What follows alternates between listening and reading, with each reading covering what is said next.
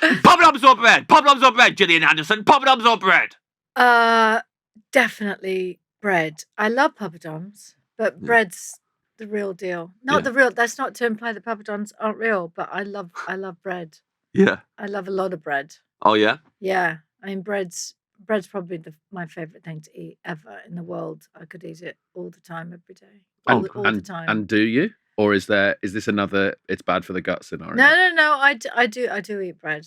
I do eat a lot of bread. What's your go-to bread? What bread is always in the house? Oh, probably bagels. Oh, nice. Yeah. Oh, lovely. We rarely get shout-outs for bagels. Yeah. That's interesting, really? isn't it? Yeah. Yeah, this is nice that we get, Yeah. because obviously we do this section every single episode. Yeah. So it's nice to get a bread that we don't really see get enough praise. I mean, I like a sourdough loaf, like really crispy and kind of white, bad for your gut, white flour on the inside. That's really nice with a lot of butter or really good olive oil. Yeah. What bagels are we talking about? What are your favourite bagels? Usually sesame bagels. Yes. But there's a big difference between New York is famous for their bagels. Yeah. And there's a bit like proper New York bagels. They just taste different than other bagels. And I don't know what makes the difference. Well, we've had some guests from New York on this show, and they claim it's the water in New York. So they apparently the tap water in New York and the water they get is different to everywhere else in America. It's like amazing water. Is it? And it goes into the bagels. It doesn't feel like it should water? be. Yeah. What they say. No, isn't it full of drugs? And That's why the bagels are so good. It's full of drugs. Full of drugs. No, but it would. Of course, it would be. But they say it's like it's from a mountain spring. Yeah. In New York City. That's what they say. Susie Essman told us that. Yeah. Susie Essman told us that. Yeah. Yeah. She never mentioned that it was full of drugs. She didn't say it was full of drugs.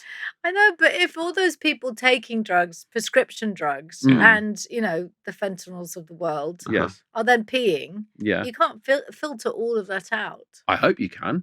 Well, In you tap, can't, are you saying every time we drink tap water, we're drinking pee? aren't we? Hold on. Are we drinking piss? What are you saying? This? Sorry. We're just drinking piss. No, How but long has it's that been all the case going for? in.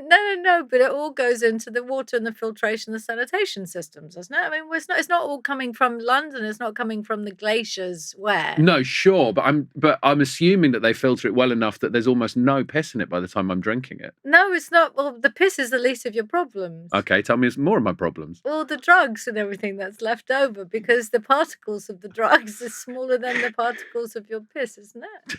But it's all like drugs that was in your piss. It's all piss drugs.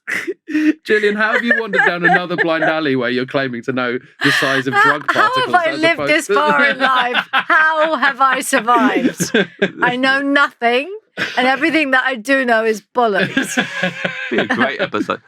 I would like it, but remake X-Files and have it that Gillian just plays both characters, just one person who's just like, that's piss you're drinking.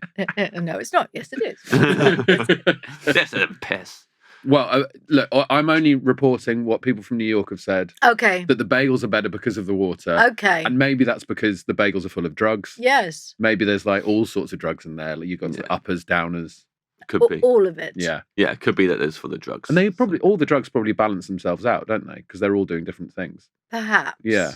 Yeah, so you're saying that like the uppers and this is the uppers and the downers. We're really out of our depth because we're not very druggy. What would counterbalance the fentanyl? Well, would cocaine do it? Yeah, a bit of cocaine, surely. Fentanyl's a downer, is it?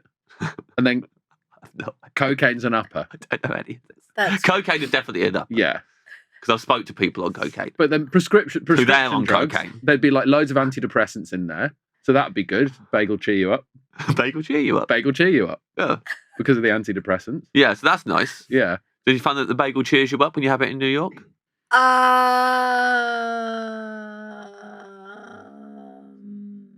Like, have you had a bagel before you use that as a sound on its own, buddy. So cut that on its own and use it in various episodes when Gillian isn't even on them, and have it just in between people talking of. Only if you're I don't watching know. this episode will you be able to see that Gillian did a full 360 rotation. Not of her head. 360, because actually when I got No, to that there, would- my neck Yeah. actually hurt quite 360 a lot. would be impossible. Yeah. Actually. That would really be X-Files. Yeah, that would be that'd be full X-Files. If you did that, I'd go, whoa, that was X-Files. So I could play the monsters as well. Mulder Yeah, and of Scully course. and the monsters with my... Well, it's a one-woman show, right? So Yeah, full 360 on the head. Yeah. So are we giving you Yes. New York sesame bagel as the bread course? See, I don't think so. No. Not based on what my main is. Okay. So you'd like the No. sourdough? No, it feels like it needs to be more...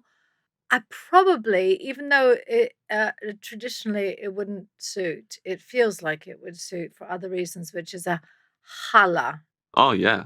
Yeah? Lovely. Yeah. Yeah, we've had that chosen on the podcast before. Oh, yeah. I think Ben Schwartz chose that. Yes. Yeah.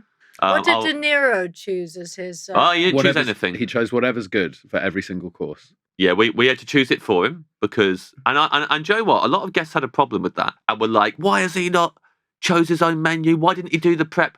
I think it's very insightful into the life of Robert De Niro that you just learn that what he does now is turn up at a restaurant and the people there just bring him out whatever they think is best, and I think that's interesting. Yeah. Is that a truism? Did he say that? Yeah. Yeah. He and for everything we asked him, he went, "I like whatever's good food."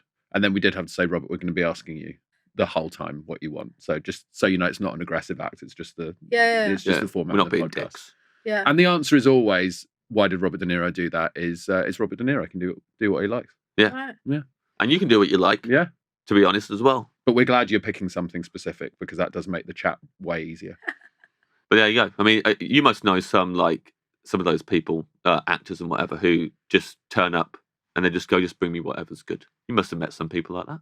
You don't have to name names, but I'm sure you've come across that before. I don't know if I do. I feel like I've known a couple of humans in my life, not necessarily actors, who properly trust the people within the restaurant to make that decision. Mm-hmm. But I think I'm too controlling. Right. I mean, when you look at a menu, you are deciding what you actually feel like at that moment. And what if they brought you something that you didn't feel like? Yeah, absolutely. I agree with you. And I'm looking at a menu before I go into a restaurant. Do you do that? I look online to do my research. Do you? Yeah, big time.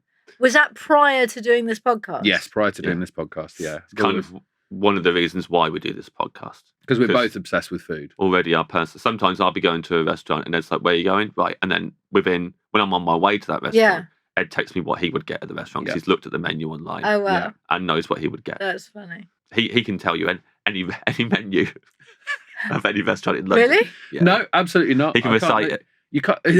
like Devon Brown. I'm so interested in this. So how often do you go out to eat? Yes.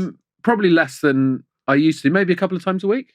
But for a special meal out twice a week, so it's not really special And anymore. do you try to always choose new places that you haven't been to before? No, you got to go for the old classics sometimes. It's like you Right. say, sometimes you're just in the mood for something certain, so you go to the old classics. But I do like trying new places. Went to a lovely restaurant this week I'd not been to before called Akoko, which is a West African inspired tasting menu restaurant. Right. It was very, very good. Was it? Yeah, it was excellent. He's the best at trying new places. Out of anyone I know, he's the best at going to new restaurants all the time, finding them, telling me about them. Every time people ask me, because I do this podcast, Yeah, we're in London for a few days, where should we Yeah. go and eat? I'm like, here is Ed Gamble's phone number. yeah. I'm afraid that is who you need to It's talk basically to. my job now is recommending restaurants to people in London. Right. Yeah. Have you ever watched that documentary by the food critic in Los Angeles called Something Gold? He was a famous, but he would travel all around LA and go to like mum and pop's restaurants. Was he the LA Times critic or something? I know it's the a guy really you good mean. documentary. Yeah. He literally changed people's lives. Yeah. Like meant they could put their kids through uni and stuff because he would give a review of just this tiny hole in the wall Mexican or Cuban restaurant, and the next week they'd have lines They'd down be the block. swamped. They'd be swamped. That's great. That must Yeah. feel really good to be. I think probably my favourite part of doing this podcast is when we mention a place and then people come up to us and go, Yeah. "We went there because we heard it on the podcast." Yeah. And that must So have been great cool. for that guy if he's writing Yeah. those reviews and then Yeah. seeing that difference being made. But also, he really cares. He really Yeah. knows his foods and knows the questions to ask about the ingredients. And Well, yeah, we know what that's like.